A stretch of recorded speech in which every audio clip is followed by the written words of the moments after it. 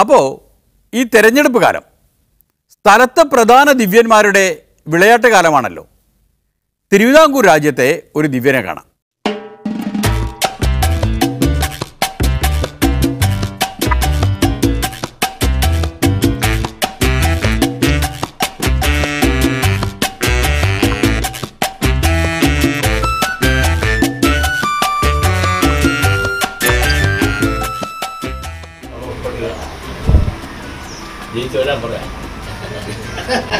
ആയുഷ്മാൻ ഭവ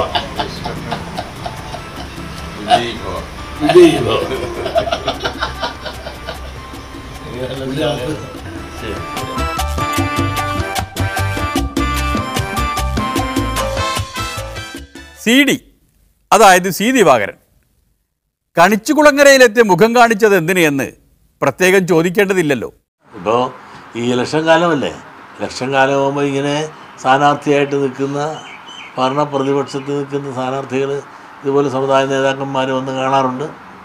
ഇപ്പോൾ കേരളത്തിൽ ഇങ്ങനെ വടക്കേ തെക്കേ അറ്റം തൊട്ട് ഏതാണ്ട് തൃശ്ശൂർ വരെയുള്ള കിഴക്ക് കടൽ തൊട്ട് മല വരെയുള്ള എല്ലാ നിയോജകമണ്ഡലത്തിലും പ്രവർത്തിക്കുന്ന ഭരണ പ്രതിപക്ഷത്തിലെ ആളുകളെല്ലാം തന്നെ വന്ന് കണ്ടു. ഇനി ചിലർ കാണാൻ വരുന്നു എന്നൊക്കെ പറഞ്ഞ് എന്നെ വിളിച്ചിരുന്നു.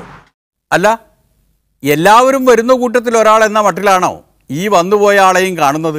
ദിവാകരൻ അവിടുത്തുകാരനാണ്, അവിടെ MLA ആണ്. ആ MLA എന്ന നിലയിൽ അദ്ദേഹത്തിൻ്റെ മികവ് തെളിയിച്ചു. മന്ത്രി എന്ന നിലയിൽ നേരത്തെ അദ്ദേഹത്തിൻ്റെ മികവ് തെളിയിച്ചിട്ടുണ്ട്. ഇപ്പോൾ പാർലമെൻറ്റിലേക്കും അദ്ദേഹത്തെ മത്സരിപ്പിക്കുവാൻ വേണ്ടി ഇടതുപക്ഷം നിയോഗിച്ചിരിക്കുകയാണ്. അങ്ങനെ തീമാറുന്ന ഒരു മത്സരം അവിടെ നടക്കും. ആര് ജയിക്കും ആര് തോക്കുമെന്ന് നമുക്കിപ്പോൾ പ്രവചിക്കാൻ സാധിക്കുന്ന ഒരവസ്ഥാവിശേഷമല്ല അവിടെ ഇപ്പോൾ ഉള്ളത്. ശരി, തിരുവനന്തപുരത്ത് LDFിൻ്റെ സ്ഥാനാർത്ഥി കരുത്തനാണ്. UDFിൻ്റെ സ്ഥാനാർത്ഥിയോ? തരൂര്. അദ്ദേഹം ചെറിയൊരാളല്ല, വളരെ മൃഗനായ ഒരു സ്ഥാനാർത്ഥിയായി നിന്ന് അദ്ദേഹത്തിൻ്റെ ജയം കഴിഞ്ഞ പ്രാവശ്യം തെളിയിച്ചതാണ്. അദ്ദേഹം ഒരു ബുദ്ധിജീവിയാണ് എന്നുള്ള നിലയിൽ അപ്പർ ക്ലാസ്സും മിഡിൽ ക്ലാസ്സും അദ്ദേഹത്തെ ഇഷ്ടപ്പെടുന്നുണ്ട് എന്നുള്ളത് നേരാണ്. കാരണം നിയോജകമണ്ഡലത്തിൽ പലപ്പോഴും ഒരു MP എന്ന നിലയിൽ വേണ്ടത്ര സഹായം അദ്ദേഹത്തിൽ നിന്ന് സഹകരണം കിട്ടുന്നില്ല എങ്കിൽ പോലും ഇങ്ങനൊരു വലിയൊരു ബുദ്ധിജീവി മിടുക്കനുമാണെന്നുള്ള ഒരു വിചാരം ജനങ്ങളിലുള്ളതുകൊണ്ടും അദ്ദേഹം ഒരു കരുത്തനായ സ്ഥാനാർത്ഥിയാണ്. തരൂരൊന്ന് ശ്രദ്ധിക്കുന്നത് നല്ലതാണ്. നടേശ ഗുരുവിന് തൃപ്തി അങ്ങോട്ട് പൂർണ്ണമായിട്ടില്ല. MP എന്ന നിലയിൽ മണ്ഡലത്തിൽ സഹകരണവും സഹായവും കിട്ടുന്നില്ല എന്നൊരു അഭിപ്രായം അദ്ദേഹത്തിനുണ്ട്. എന്നാലും സ്ഥാനാർത്ഥി മോശമാണെന്ന് പറഞ്ഞിട്ടില്ല. LDFും കൊള്ളാം UDFും കൊള്ളാം എന്നാണ് പറയുന്നത്. അപ്പോൾ സാധ്യത എങ്ങനെയാ? അവിടെ തിരുവനന്തപുരത്ത് സാധ്യത നല്ലൊരു ത്രികോണ മത്സരം അവിടെ ഉണ്ടാകും.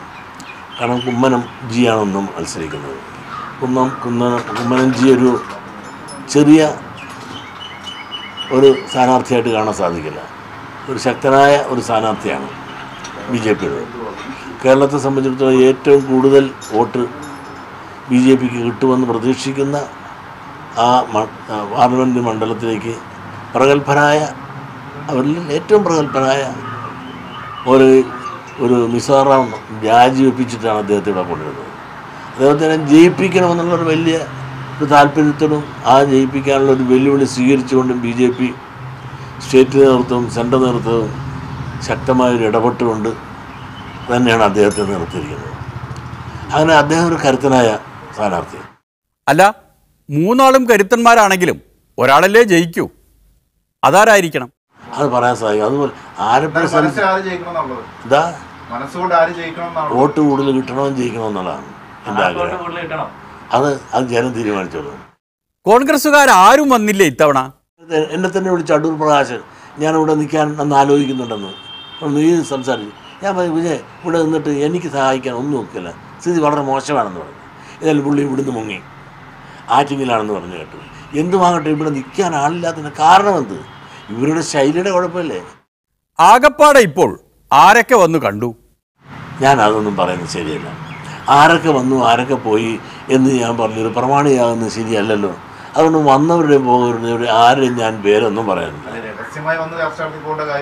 അല്ല, അത് അതൊക്കെ എന്തിനാ ഞാൻ പറഞ്ഞ ആരൊക്കെ വന്നു ആരൊക്കെ പോയി എന്നല്ല. ഞാൻ ഏതായാലും നിങ്ങൾക്ക് ഒരു കണക്കാക്കാം. ഒരു തൃശ്ശൂർ തൊട്ട് തിരുവനന്തപുരം വരെയുള്ള, കടൽ തൊട്ട് അങ്ങ് മല വരെയുള്ള ആളുകളിൽപ്പെട്ട മിക്കവാറും 99% ആളുകൾ വന്നു എന്ന് നിങ്ങൾക്ക് ഏറെക്കുറെ കരുതാം. ആട്ടെ, ആലപ്പുഴയിൽ ആരിഫിനെ ജയിപ്പിച്ചെടുക്കാം എന്നുറപ്പാണോ? അതിന് നിങ്ങൾക്ക് സംശയമുണ്ടോ? പക്ഷേ കോൺഗ്രസ്സുകാർ പറയുന്നത് ആരിഫ് ജയിക്കും എന്ന് അങ്ങ് പറഞ്ഞതുകൊണ്ട് മാത്രം ആരിഫ് തോൽക്കും എന്നാണ്.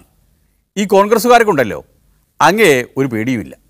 ആയിക്കോട്ടെ, അതിൻ്റെ റിസൾട്ട് കാണുമ്പോൾ കാണാം. അവർക്ക് പേടിയുണ്ടോ ഇല്ലയോ എന്ന് നിങ്ങൾ കാത്തിരുന്ന് കാണാം. അടുത്ത മാസം 23-ാമത്തെ തിരഞ്ഞെടുപ്പ്, അത് കഴിഞ്ഞിട്ട് പൊട്ടിക്കും.